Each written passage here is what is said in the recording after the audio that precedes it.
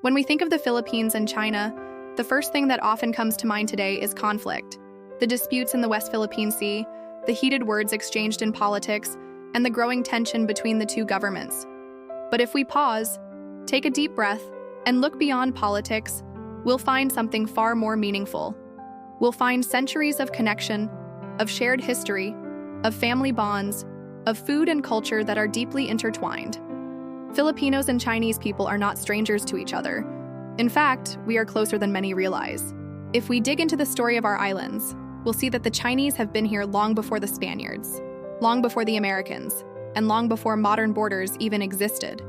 Our ancestors traded with theirs, married into their families, and built communities together. So when some Filipinos today say, "I hate China," we need to stop and ask, do we really mean we hate the people, or are we upset at the government? Because those are two very different things. The truth is, ordinary Chinese people, those living in Guangzhou, Beijing, or Shanghai, are not sitting in their homes thinking about the West Philippine Sea. They are not plotting against Filipinos. Most of them don't even know the details of what's happening in our waters. Just like us, they are busy living their daily lives, raising children, going to school, cooking meals, and dreaming of a better future. And that's where the heart of this story begins. If we turn back the clock, we'll see how deep the bond between Filipinos and Chinese really is. Even before Ferdinand Magellan arrived in 1521, Chinese traders were already coming to our shores. They brought silk, porcelain, tea, and other goods in exchange for our gold, beeswax, and local products.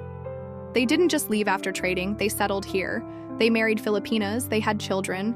These children became part of our society, and their descendants are still among us today. In fact, when you walk through Manila, especially Binondo, the oldest Chinatown in the world, you're walking through living proof of this bond. Binondo was established in 1594, long before the United States was even a country, and it has been a hub of Chinese-Filipino life ever since. It's not just a place of commerce, it's a symbol of integration. The food, the traditions, the festivals, it's all there, a reminder that the Chinese and Filipinos are family. Think about our food. Can you even imagine Filipino cuisine without Chinese influence?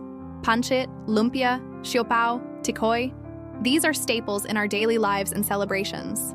Every New Year, families across the Philippines eat tikoy for good luck. It doesn't matter if you're pure Filipino, part Chinese, or anything else. It has become part of our culture. Chinese influence is woven into our identity in ways we often don't even notice. Even our language bears traces of this connection. Words like bakya, suzi, kuya, and ate are believed to have Chinese origins or influences. The way we do business, our entrepreneurial spirit, has also been shaped by centuries of Chinese merchants who taught us the value of trade, persistence, and resourcefulness. When we walk into malls today, when we buy gadgets, when we watch Chinese dramas or use apps from Chinese companies, we are engaging with modern Chinese culture.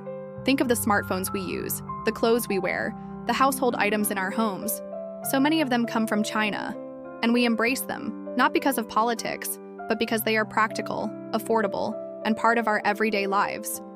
This is why it's so important to separate the Chinese government from the Chinese people. Governments act in their own interests. They pursue power, territory, and influence. But ordinary people? They just want peace, family, and happiness. The tension in the South China Sea is a political matter. It's about resources, power, and control. But we should never let it poison the centuries of friendship and cultural exchange we share with the Chinese people. In fact, let's look at some real evidence of how the Chinese and Filipinos have long been intertwined. Historians tell us that Chinese immigrants in the Philippines were so numerous and so integrated that by the 18th century, many Filipino families had Chinese ancestry. Today, millions of Filipinos can trace part of their heritage back to Chinese roots. From our businessmen to our artists, from our politicians to our neighbors next door, Chinese blood flows through our society. Famous Filipinos with Chinese ancestry include national hero José Rizal, who had Chinese lineage on his father's side. Former Presidents Corazon Aquino and Benigno Noynoy. Aquino also had Chinese ancestry. Even our modern business leaders, such as Henry Tsai of SM, Lucio Tan of Philippine Airlines, and John Gokong Wei of JG Summit, are of Chinese descent. Their contributions have built malls, airlines, jobs, and industries, that millions of Filipinos depend on today. So when we talk about the Chinese, we must realize we are not talking about strangers. We are talking about people who are already part of us, people who are our neighbors, classmates, friends, and even family. Let's also talk about tourism. Before the pandemic, Chinese tourists were among the largest groups visiting the Philippines. They brought revenue, supported our local businesses, stayed in our hotels, ate in our restaurants, and bought our souvenirs. They helped our economy grow. And when we Filipinos travel to China, we also experience the beauty of their country, the Great Wall, the Forbidden City, the stunning landscapes of Guilin and Zhangjiajie, and the warmth of Chinese hospitality. Culturally, Chinese films and dramas have also gained popularity among Filipinos. Just like how we enjoy Korean dramas, many Filipinos now watch Chinese series on streaming platforms. These shows allow us to understand their culture better, to see their struggles, their humor, and their humanity. It's another bridge that brings us closer together. But perhaps the most touching part of this relationship is in the everyday stories of Chinese Filipino families. Families that run small businesses, who work hard day and night to give their children a better future. Families who celebrate Christmas and Chinese New Year, who speak both Tagalog and Hokkien at the dinner table, who embody the best of both worlds. These families prove that hate has no place in our relationship. Now let's face the reality. Many Filipinos feel anger because of the disputes in the West Philippine Sea. And yes, it's valid to feel frustrated. It's valid to want to defend what is ours. But here is the key point.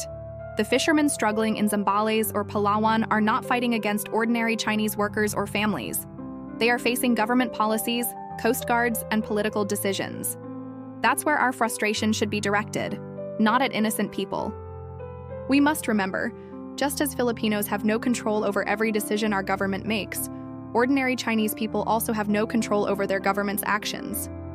If anything, many of them may not even agree with what's happening, but they have little say in it. It would be unfair to hate them for something they didn't choose. Think of it this way. If another country hated every Filipino because of a mistake our government made, would that be fair? No, it wouldn't. And the same logic applies here. The Chinese people we meet on the streets of Manila, in our schools, in our workplaces, or online are not our enemies. They are people just like us, people who laugh, cry, work hard, and dream. Some of them marry into Filipino families and raise children who will grow up to call themselves Filipino. Some of them dedicate their lives to building businesses that employ thousands of Filipinos. Some of them simply live quietly, side by side with us, contributing to the fabric of our society. If we look closely, we'll see how much we owe to this shared heritage. Binondo itself is not just the world's oldest Chinatown. It is a living monument to the resilience and unity between Filipinos and Chinese. Imagine, centuries ago when Spaniards tried to divide us, the Chinese and Filipinos found ways to connect. They created communities, supported one another, and endured. That spirit of resilience and cooperation is something we can still carry forward today. So, why should Filipinos not hate Chinese people? Because they are part of us. Because they have given us food, traditions, businesses, and friendships. Because hatred solves nothing. But understanding can build bridges. Because in the end, the real issue is not the Chinese people, but the policies of governments. Let's not allow politics to destroy centuries of brotherhood. Instead, let's celebrate what we share. Let's embrace the tikoy on our tables, the pancit at our birthdays, the bustling energy of Binondo, the Chinese surnames in our phone books, the mixed heritage in our families, and the products in our homes. These are all reminders that our lives are deeply connected. At the end of the day, we Filipinos are known for our warmth, our hospitality, and our ability to welcome people with open arms. That's who we are. And that's how we should continue to approach our Chinese brothers and sisters, not with hate, but with compassion. Not with anger, but with understanding. Because if we choose hate, we close the door on friendship, on business, on cultural exchange, and on peace. But if we choose understanding, we keep that door wide open for dialogue, for growth, for unity. So to every Filipino watching this, remember, when you hear the word China, don't think of conflict. Think of family, think of food, think of friends, think of the millions of ordinary people who, just like us, simply want to live in peace. Hate the policies if you must. Criticize the governments, defend what is ours. But never let that turn into hatred for the people themselves. Because in truth, the bond between Filipinos and Chinese is far too deep, too rich, and too meaningful to be broken by politics. It has survived for centuries, and if we choose love over hate, it will survive for centuries more.